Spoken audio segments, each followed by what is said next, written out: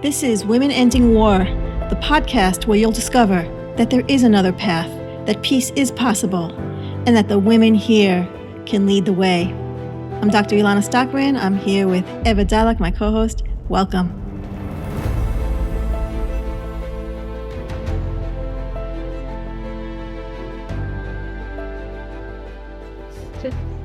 Okay, welcome.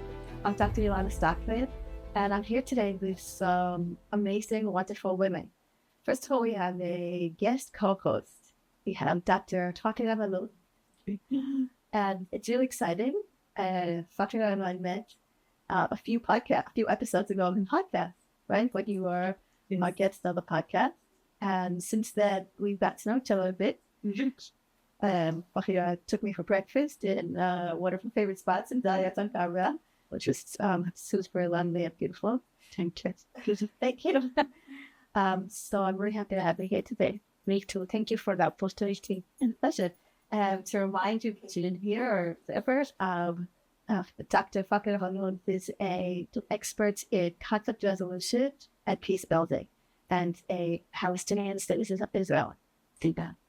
The issue of how you define yourself as part of your dissertation, right? That's on research. Did you want to talk about that? Yes, actually, I'm talking about the identity of the Palestinian citizen of Israel, that they are 20% of the total population of Israel. And I was examining how the collective identity of the Palestinian inside Israel in that last 2 decades changed, or the status of the Palestinian inside Israel. I'm examining the collective identity of the Palestinian citizen of Israel and their narratives about themselves. They are 20% of the total population in Israel, which means around 1,800,000. And I'm examining how their collective identity changed in the last 2 decades in a way, and also what is the role of the Palestinians who are citizens of Israel in contributing to ending the occupation and to solving the Palestinian-Israeli conflict, since they are sharing the 2 main aspects of their identity with the 2 people, and they are also engaged with the 2 people in a constant matter. They know the Israeli society and they know the Palestinian society, and what's their role in really solving the conflict and ending the occupation. And I'm examining why they are not taking this potential fully and expressing it, and examining how also the emphasis of the state of Israel as a Jewish state in the last 2 decades impacted that the Palestinian within the state of Israel became even emphasizing their Palestinian identity. And it's very interesting because the Palestinian collective inside Israel, they are entrapped identity because the country where they live is in a conflict and in a fight with their people. So they are in between, and they are cut between the 2 people in a very complicated way, especially after this very horrifying escalation since the 7th of October. It's gotten worse. Definitely. So because you're concealing 2 heads, your head is in 2 places. Yes, is that right? It is that we are engaged with the Israeli society, and at the same time we are aware and see what happens in the 7th of October, but we are also aware about the genocide happening in Gaza, and we cannot express any solidarity with the Palestinian pain publicly, because after the 7th of October and the anger and the policies of the state of Israel, we are in persecution. I mean, in a way that they are observing any public attitude of the Palestinian inside Israel that represent any solidarity with the pain of the Palestinians. So we are all the time have to navigate the power relationship between us and the Israeli state, and between us and also the Jewish collective, because the Jewish collective inside Israel are in support of this war. So how we navigate this power relationship? And there's a very aggressive silencing. Yes, silencing. I mean, the government is very, very aggressively silencing anybody who says, hey, what about the people of Gaza? Anybody who says that out loud. You know, there was a story of principal, a school principal who lost her job, and she was brought up because she said just that. She said, "What about the people of Gaza?" There's the story of Mayor Baroukhin, also Dr. Mayor Baroukhin. He's a big peace activist, and he was arrested or detained also for expressing that kind of solidarity. There's a story about journalist who put up some kind of, there's like lots and lots of stories about that. And those are citizens of Israel. Yeah, for Palestinians, it will be, the punishment will be much more. There was a lot of arrestment for people just that they posted similar, like very simple thing about that there are kids in the other side. Okay, there are just something simple, and they were arrested. I closed my Instagram since 7th of October because I am afraid of anything that I will put there that will bring for me, that they will arrest me, or even not just the state institutions, also the collective. It also the society, the Jewish society also will not accept that and will put you in like a blacklist. This reminds me of something that I talk about a lot, which is the connection between the violence and the rhetoric, like the words. This is something like I talk about a lot because my background is through anthropology, and I deal with language. That's where my areas of expertise. I'm always looking at the connection between language as a form of control, as a form of creating hierarchies and all of that, and the actual physical violence that happens. And we're seeing that it's always been part of Israel. It's always been part of Bibi Netanyahu's Israel. Bibi Netanyahu is very much the talker. He's very much the one from whom, he crafts language to support whatever actions he wants to take. He's the master of language, that way of using language as control. I was brought up on that. Like, that was really the way that I was really socialized into that kind of using language. And also today, we're seeing, how important, we know how important it is based on how far the government is trying to silence the words. And to take someone who even expresses sympathy with people of Gaza as supporting terrorists. How quickly. And they are against the state. I just will add something small here, and will give our guest, if you follow the narrative, I am expert in narrative and power. If you follow the discourse of Netanyahu and the right wing in the last 2 decades, their discourse about the Palestinian inside Israel, that they are the internal enemies. All the time categorizing the Palestinian inside Israel in the main discourse, even in the media. If you follow, whenever there is escalation with the Palestinians, they categorize the Palestinian inside Israel that they are internal enemies. They are afraid that they danger. So which will first thing Ben Gvir said. Definitely. The first thing Ben Gvir did. Which this shaped the consciousness of the majority of the Jewish inside Israel, that they became afraid from us, which means they can take any action and support, even silently, any action of punishment toward the Palestinian people. Okay, and this is exactly what's happened after 7th October, that you accept because they are internal enemy, and you increase the fear of the citizens from them. So any action of punishment or excluding them from the boundaries of the citizenship, okay? If you put any law, a discrimination law, the public will accept that because they are our internal enemy. Okay, and this come as an impact of the discourse of the government in the last 20 years, emphasizing us as internal enemies. But we'll not take. But it's very interesting to follow the narrative and power and identity. How the leaders use the power of the narrative in a way to shape certain consciousness about minorities within the state and exclude them from the boundaries of citizens. Okay, like that we feel Palestinian inside Israel in the last 10 years that we are out of the citizenship boundaries, like we don't belong, because the discourse about us that we are, and also the nation state law, right? Yes, the nation state law, of course, a big piece of that, right? Definitely, the nation state law, which emphasize that this state is for the Jewish people, and they are supposed to have the rights, and any other minority, they are second class in law. And if you put this as in a law, as a law, so even people can not give me a job, and they can rely as a Palestinian. They will not give me a job, and they can rely on this law. But even this law is conveying a message that the Jewish people here are the master. And That's what they are the that master. Bender uses that language. And any other minority, the Palestinian inside Israel, they are the second-class citizen and should accept that and not revolt. Okay, so it's impacting also the public, even the simple people, because they see that they have a support by the law to be discriminated against us. But anyway, I guess we have to give. No. So, thank you so much for that. I would love to hear Julette's reaction. So first, I'm going to introduce our first guest. We have Julette Kahwaji. Kahwaji.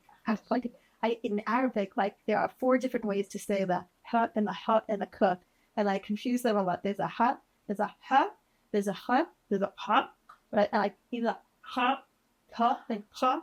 Okay. So, Julette, tell me how to say your last name. Correct. Kahwaji Kahwaji. Thank you, Julette. And I'm sorry. was made the coffee. That's about This So Julette, I'm just going to introduce Julette. Julette is a veteran peace activist in Israel, involved in first of all, everything. Okay, if there's any peace activity in Israel, you could be sure Julette is there. Probably in a leadership position, probably facilitating conversations. You also have a few actual positions. So I do a leadership position in Women Wage Peace as a representative with the Palestinian organization Women of the Sun. Right, and you won a zillion awards, and we ran Knesset ones together. We're the Women's Party. Yeah, Julette, welcome. And Julette also is a Palestinian citizen, I guess. Yes? Yeah. Do you want to share with us before we start, do you want to share your reactions to what Fakhira was just talking about? I share with her, and I have another idea also. Another experience. Your experience might be different. Okay. It's the age. I will speak about my identity, my Julette identity. I'm a woman. I'm a Christian. I'm Palestinian. It's a fact because my parents is Palestinian. Yeah. Before them, Israel come. And then Israel, I have the identity, blue identity. It's a Israeli. I born in Akko and passed to Haifa. I lived 45 years in Jaffa. So my identity is mixing with all the identities of the people whose life in the mixed country, cities. And also with all this, I have a mission for peace. And who has a mission of peace, what we, all of us has, he must see the other one. He must feel the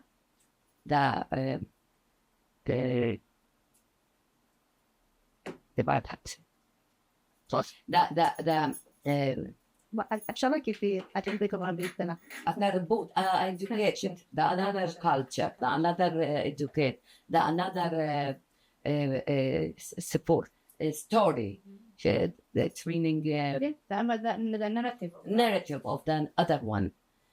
And the conflict is not what the other believes, the conflict of how to resolve this. Because every day when I hear some soldiers pull down, as Israeli, I'm so sad because I know lots of Jewish mothers and grandma.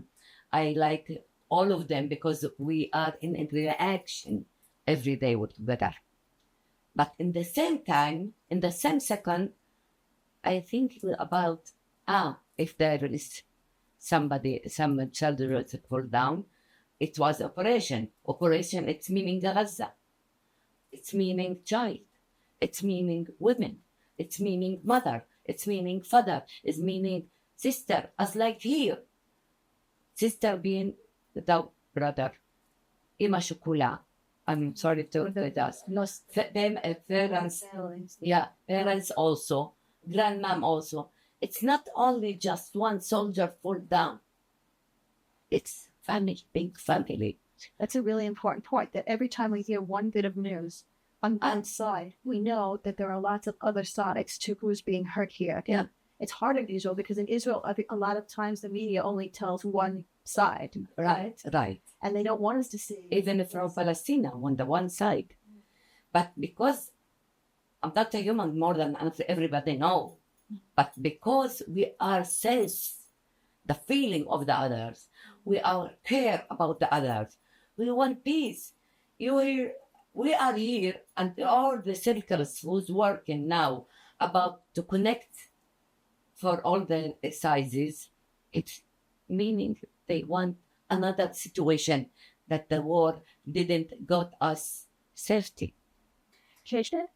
I just want to emphasize what you are saying. While it's hard for me when we speak about soldiers, and like I want to talk as an expert and not as Palestinian, because like hearing soldiers, because for me soldiers occupy my people, soldiers killing Palestinians and doing genocide in Gaza. But what you are saying, trying to say, Juliette, that you have multiple identities, not just one dominant identity. You have different identities and not just one national identity. When our national identity is the dominant one, because of the fight, we are in psychological barriers. We don't see the pain of the other. But because you are carrying multiple identities, especially the identity of the woman is very dominant for you, so you can also sympathize, empathy with the pain of the others, and you can see the both sides pain. But when we are holding just one identity, the national identity is very strong, so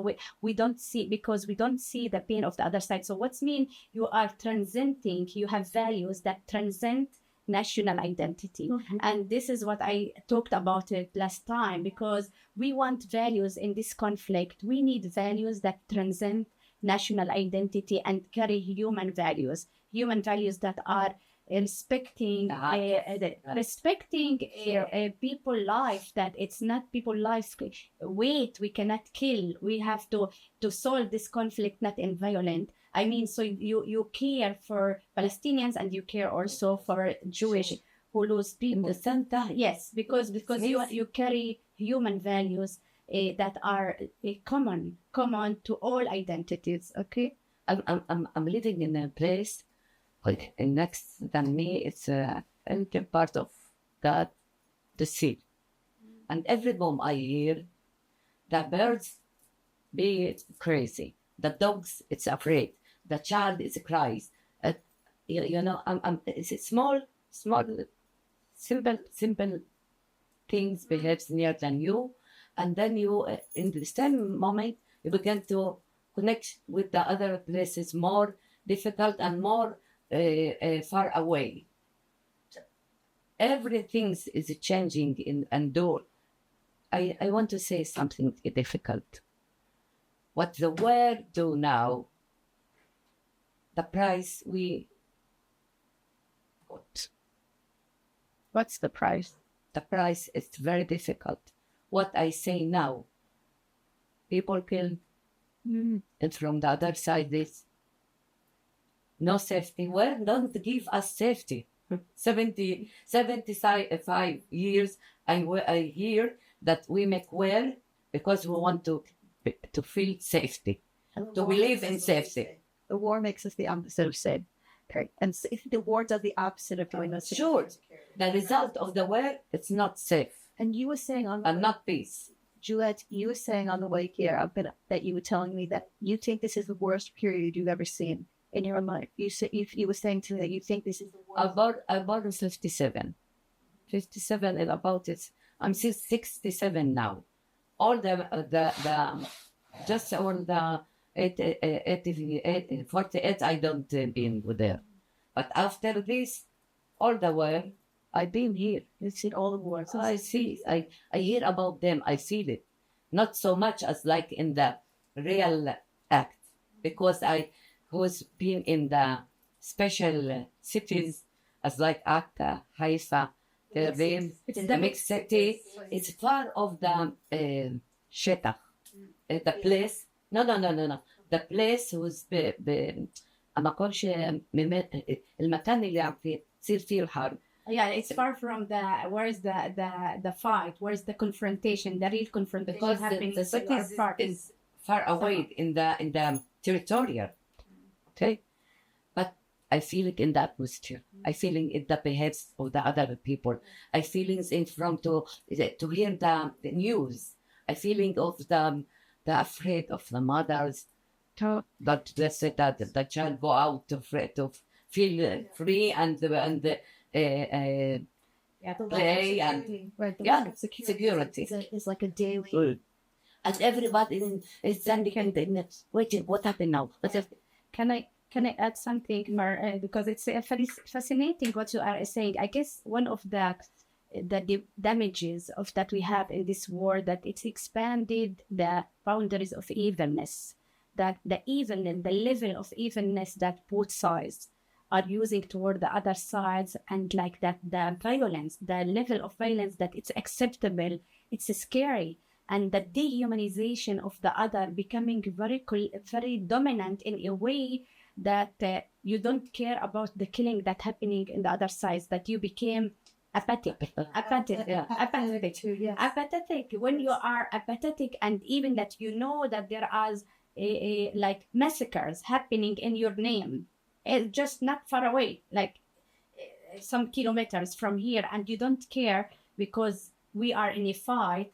I mean, this will insert in the values of the community. This is inserted. It will impact the communities, both communities, for the long term, because we are like going for suicide somehow, because all the values are changing. The values about the other, the respecting. Like, this is scary because both societies are supporting now the violence and the killing of the other side, and they don't care because they are in like there is no legitimacy of the existence of the other in the space. And this is really scaring where we are going. It's very dark. And you also said something about the mixed cities and just about Palestinian inside Israel, because we live, we see the Jewish society, we see the Palestinians, so they are in our consciousness. What's happening for Jewish and for Palestinians in the West Bank, that they are the other side is not exist in your consciousness and not in your daily life. Okay, so you don't care if something happened to it, because in the last 20 years, away from you. Yeah, Palestinians and Israelis do not encounter. Exactly. They are far from your eye, and they are not in your consciousness, so you don't care for it, for them. But what she's saying, that you are all the time in encounter with the Jewish society, with the Palestinian society, so it really provoke your moral commitment toward both sides. It's moral commitment, and also values that is not exist when you don't see the other side, so you don't care for them, even if they are being killed by my country, Israel, or if something happens to them also in the 7th of October. So I'm angry because of the occupation. So you don't, there is no challenge for your moral values. I want to go. I need one point, small point.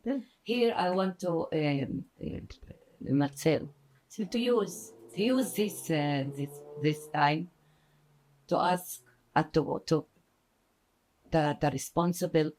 the responsibility of the leaders. Sorry, leaders as like parents. Parents take care about the child who's good and who less good. And we are who's as kids less good from the other one to where. And I ask the responsibility of the leaders to be a little take the difficult way to make it change. Now is the time. I believe that now is the time, because it's very difficult and horrible situation. We live in the area, all the area in Asdan and Israel. Now is the time to make change. I'm asked the leaders, all of the leaders, the Palestinian, Hamas, the Hezbollah, our leaders in Israel, to be responsible about our life. And we call peace. 75 years you make where you don't receive the peace. We are the crazy child. We want peace. You have to give our beliefs. Absolutely. You as a responsibility. So As the Catholic, we are Christian. We are the Palestinian and Jewish as like a couple Christian Catholic. They marriage because we are living here. They marriage. We haven't another We are place. not going away. We haven't another way, another place. No divorcing. Even you want divorce, you have a child. You have to take responsible about the child. okay. Okay? You need the land to live, not to put that child in. Amen. Amen, Julette. Thank you. That's a great note to bring in our second guest, Dora Bender, because this is Dora's expertise. Dora is facilitating Forum 1325, which is a forum of women leaders, women who are trying to bring peace, and also is the coordinator or director of the federal forum of the challenge organization. Did I say it right? No. Oh, I'm sorry. Okay. Just so I'm the director of Strategic Alliances at Challenge. Challenge is an NGO that promote conflict transformation. That it's similar to conflict resolution, but it's look deeper in the conflict and the opportunities. I'm also part of the Federal Forum team. That is a project within Challenge, so I will speak about it. And also, I'm the founder or co-founder and also a member of the steering committee at Forum 1325 for a political agreement. That this is a woman forum. And back to you. You demand, we women, we go to the street, we demand for peace, we demand for transition. But actually, I feel that when we emphasize, we need to go through a transition from demanding into doing it. So Forum 1325 established on that emphasize.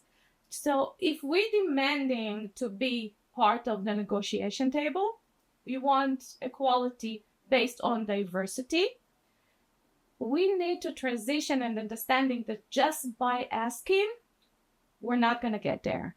We need to pave the way to that table. We need to earn it. We need to make sure also that the right women will go to that particular table if we wish so. So the forum actually tried to understand and how we're going to get there. And with you, Lana, we build our strategic plan. Mm-hmm. And we do have a plan and a path how we're going to get there.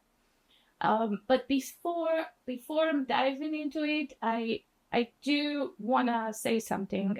When I look at the space from a conflict transformation, and I'm looking on both sides, I'm taking myself out, and I'm trying to understand what both sides would feel. And I feel that between Israeli, whether if they are Arab, Palestinians, or Jewish, or other identity that they have, they're all based on fear. And in the beginning of the war, I felt that what had happened, whoever watched the news saw a different picture. Whoever saw Al Jazeera saw massacre by Israeli that done to Palestinian in Gaza.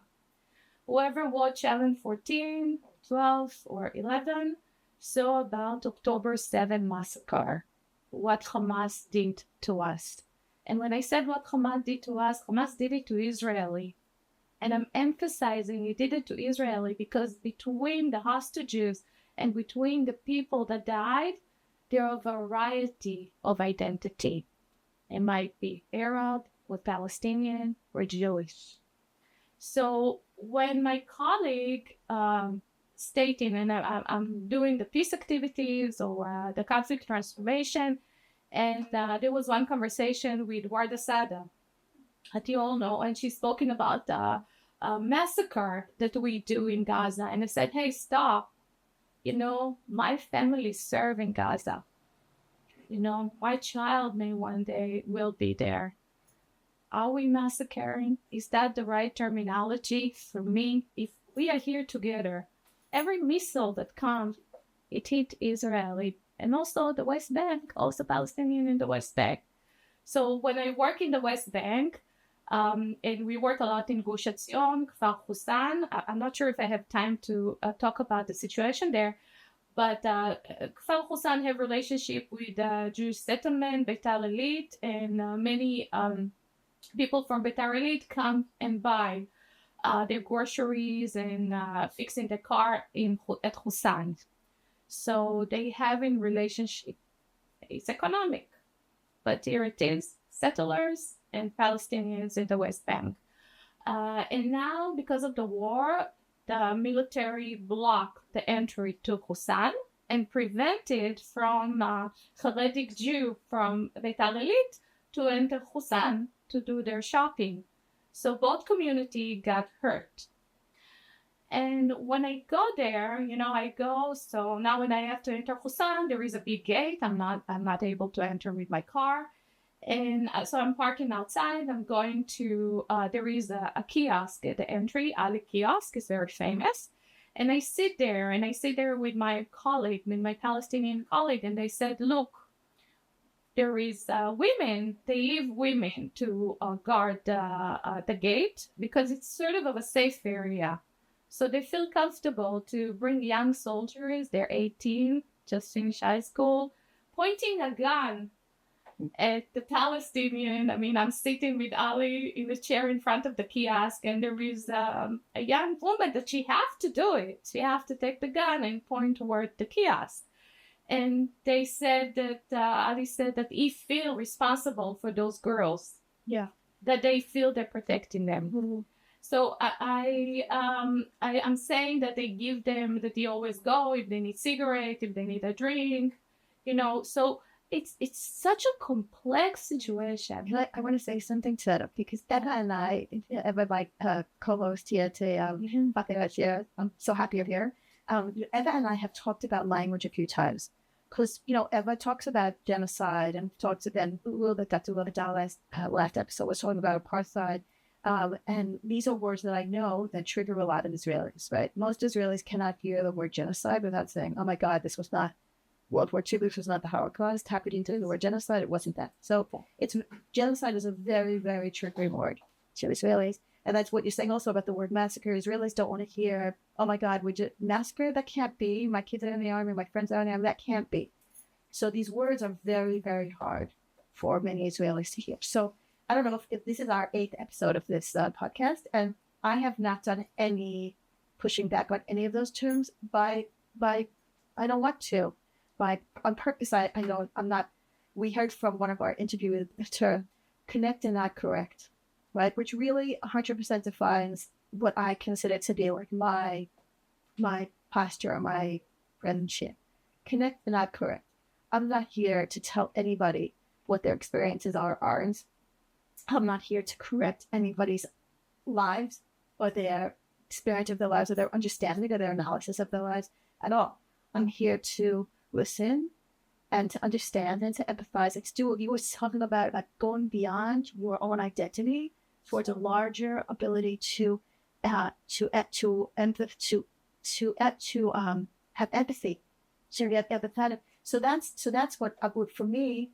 But then also, if we have friends and colleagues who are saying, my friends and relatives are in Gaza, and oh my God, they're experiencing this. We've heard people who said things like, at the joint memorial service, there was a speaker who's sitting in Jericho who said 65 members of my family were killed in Gaza, my extended family. We hear stories like that a lot, and I don't want to be in a position of saying, oh, I'm going to correct your language. I am absolutely not going to correct anybody's language or anybody's experience. And I feel like a big, important, vital step for bring up peace is being able to be fully present with another person's experience and just hold it. Just to be able to say, yes, that's what you're experiencing. Even if it's hard for me to understand, because that means that I have a role in that. I've spent a lot of years now exploring my own role here and thinking about my own upbringing and my own identity. It's not easy. That's why Eva always talks about compassionate self-forgiveness. I love that. But the fact is that this is what is. These are realities. These are things that are happening. So Anyway, so that was my thought. Yes, And you are can- Fakhira. I mean, I just want to bring complexity because what you are saying, it's complicated for me as well, and the issue of the genocide, the massacre, and what's happening in Gaza. It's definitely because I am aware about it all the time. It's like very, very, very horrifying. Nakba, genocide, massacre, whatever you want from this is my language. But this brought me to think in the last half a year, if we as a woman want to make a peace or want to make a difference in this current situation, what's really the values that women in the front line need to carry in order to allow a different political solution? Okay, this is very important because you are talking and you talked about that sometimes they bring women around the table just to say, here, we have a woman, but this woman really do not carry the right values that will enable us to go for peace. And you want women who are understanding the complexity and has action plans, not just to say, I want two-state solution, I want one-state solution. If you want this kind of solution, what's the action plans that she's aware and she understands what's the action? But also there is a real question now. What are the main values that women who will be in the front line need to carry in the current situation? And if I agree with what's happened in the 7th of October in the name that it's resistant to the occupation, and if I agree what's happening, the genocide happening in Gaza in the name of self-defense, as a woman, I think you will not be able to really move political change. We have like women that will be engaged in peace building need to carry human values beyond what's happening now, beyond to not accept to any violence in any name, because there's no excuse for violence against the other side. There's no excuse. If you are in this kind of values, I believe you will be able to make a change because the environment is with violence, and you need to have a different values in order to make a change. At the same time, you need to adapt your language to the audience. I understand you. You have to be in empathy about the collective pain in Israel, about the collective pain in the Palestinians. But if you don't really carry values that will give recognition for both sides to live, and without to excuse any violence, you cannot excuse. If you excuse this violence, so you will find excuses all the time to attack the other side. I think this is very challenging. To continue all the time in the same way. Definitely, and it's a New language, new power types, new ways of understanding. And have the courage. Women need to have the courage to voice challenge and to challenge the things that we were taught all the time by all of these wars that were created by men, by men. We will, we only have a few minutes left, really, and I want to side note, it goes really fast. These podcasts go really fast. But Dora, I really, really wanted to bring you here to say a few words about solutions, because Dora is really engaged in sharing solutions and exploring solutions, especially because a lot of times when we hear about solutions, we hear, oh, two-state solution. That's if at all. I mean, a lot of people don't say, a lot of people say there are no solutions, there's no partner on the other side. But we don't believe that, right? We believe there are solutions. So I just would love for you to just talk to that. Yeah, so when we're speaking about solution, we're speaking also about conflict transformation. Through Challenge, I was exposed to the Federal Forum Project that actually looked at alternative solution to the Israeli-Palestinian conflict because of our work on the ground. We did a lot of work on the ground, and we understood that in some aspects, we are a one state. We have the same currency, we share the same resources, we need to also to work on shared infrastructure. So, but in the other hand, everyone has his own identity. The Jewish people need their own identity, and also the Palestinian people need their own identity. So I was exposed to this project, and in this project, there was only men. I was the only woman for a long time. And through that, I was seeking for other women involved in it. And since I couldn't find anyone that was willing to join, I went and educated myself within the conflict. So I will know how to handle a conversation with the men. So the more time has passed, suddenly I knew more, and I can respond, I can engage, and also I brought my creativity. And I understood that from a gender perspective, I bring something valuable that we as men and women thinks differently. And it's great. It's wonderful. And I think if we understand that diversity and that complexity can bring us to something better, we can succeed. So while searching for other women to join the federal forum, I actually participated in the Tahmaki workshop. It's not a workshop. It was training. Yeah, for a training for UN Resolutions 1325. It was like about 8 sessions. And then they told us, you're ready, you're trained, you can be in a negotiation table. And I said, hold on, it's not so simple. So let's think together. And I thought about training women to learn about conflict transformation and federalism. And then the women that approached me said, hold on, Dora, even federalism is something scary. We don't understand what it is. So we had an idea together that let's discuss about all the solutions. Okay, let's do that exploration.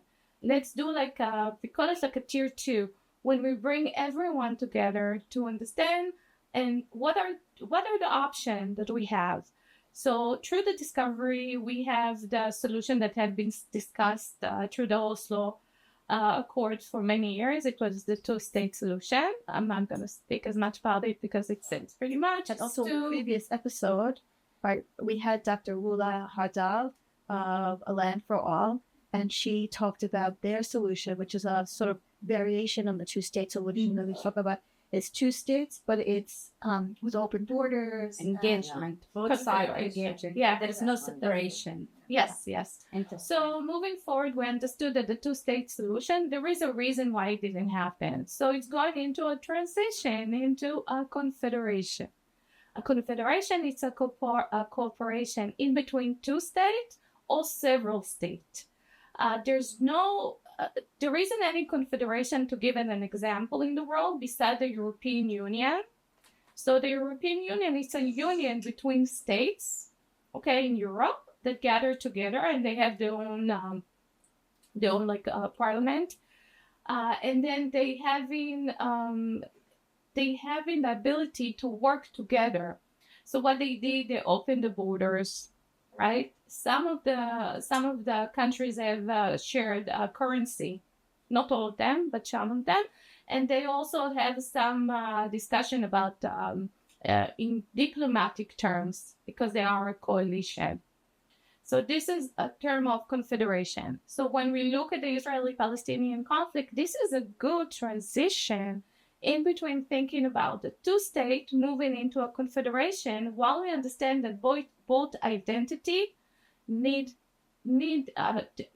have the need to or expression for the entire region when they talk about Israel, West Bank, or Judea and Samaria, and Gaza. So we all want to roam in that space together. So confederation can give us that aspect. Now, the challenge with confederation, what do you do in terms of military? Today we have one military, if we talk in that aspect of Israel and the West Bank, we have the IDF. The IDF is also protecting the West Bank from outside, in a way. Occupying the West Bank. Yeah, it's disputable, but anyway, if we have a war with Iran, to that. Yeah. What did you say, Fakhira? Who's looking to that, who's experienced the IDF not protecting the West Bank from occupying and ruling the life of the Palestinians, and it's a structural violence in all the aspects of their lives. Yes, I understand. But when I talk to Palestinians in the West Bank, some of them said in that current, if Iran would hit us, they would like to join the IDF and protect the area from Iran. And I'm saying other people, that's not my word. So I'm saying there is a complexity in ideas and the way of, if you have a common enemy, maybe climate change could be a common enemy. Well, that's what Noah was talking about yesterday, when she was talking about A Land for All. She was talking about that, understanding that we're all here, all peoples are here, we're all human beings, and that we share a lot of things such as climate, resources, water, and that at the same time, her solution, not hers, the A Land for All, and hers, has to do with self-determination, that each people want self-determination. Although there's also a different argument that says that we should just have one binational state, elect for all of the citizens, which I think that's what Avram Berg's party is. Right? Like, am I right? That's why the old war got us. Yes. The idea of Yeah, one state for all those people. I can So explain. so it's basically, I mean, we have to end in like a couple of minutes. I don't know, it goes really fast. But what's really interesting about the Forum 1325 is that there are women from lots of different backgrounds, Jewish, Israeli, Palestinian, Muslim, Christian, different backgrounds, all of them with A, the expertise, and B, the value system. This is something actually in the forum we talked about a lot, about what that value system is, because everybody's saying that it's like, it can't just be just any woman around the table, because it has, and not necessarily just women. No, the idea is it's less about women around the table. It's not about numbers. It's about Quality. Yeah, Sure. equality, and we discussed about it, but we also understood that moving forward, we have to engage in politic thinking. That means if we are learning about the different solution, we need to be part of the solution, whether if it's a written solution that we can come and join them and bring our gender perspective, or we can write our own solution and bring it from our perspective. So this will engage us to be part of the solution. Right. And when times come for negotiation, we're gonna be part of it because we are creating that path. Amen. Do you want to say any last words before we have to close down? No, I'm just excited because I think women bring added value that men is not bringing, and we need to be aware about the added value that we bring, Palestinian women and Israeli women, with this complexity of conflict. And what you are saying, when we are aware and know information about the solution, we can engage and argue about it. But usually women, we need to have more information about the solution, so we can see which solution really we want to engage, which solution works for us. But anyway, I mean, it's how to increase the knowledge of the women and their engagement in solving the conflict, and not just to have women just as a number around the table, but women who really can make a difference. And this is the question, the big question, how women can make a difference, but to believe that they have an added value. Right. Julette. I have just one point I want to say. I believe that I speak about the responsibility, but I want to tell you that they can change the fact of what we have now, because they have a modeling. It was modeling here. Sadat was here, a model. Hussein, it's a model. In other places in England, in Liberia, racism, model. It's very difficult. I don't say it's very easy to do, but they have to decide that they want to make the change. That's the point whose I want to be really all the time to speak about it, that must be changed. It's difficult, but it's must do it. Thank you. Thank you so much, all of you. Thank you, Dr. Fakhira Halloun, for co-hosting today. Julette Kahwaji, did I say it right? Me too. Thank you, Julette. Julette, you're amazing. Dora Bender, thank you. And thank you for your wisdom. Thank you for your dedication to the issue. Thank you for being here today for this conversation. All the regions, God ordered us to make peace. Order us. God ordered us to make peace. Amen. Okay, have a great day and shalom salam.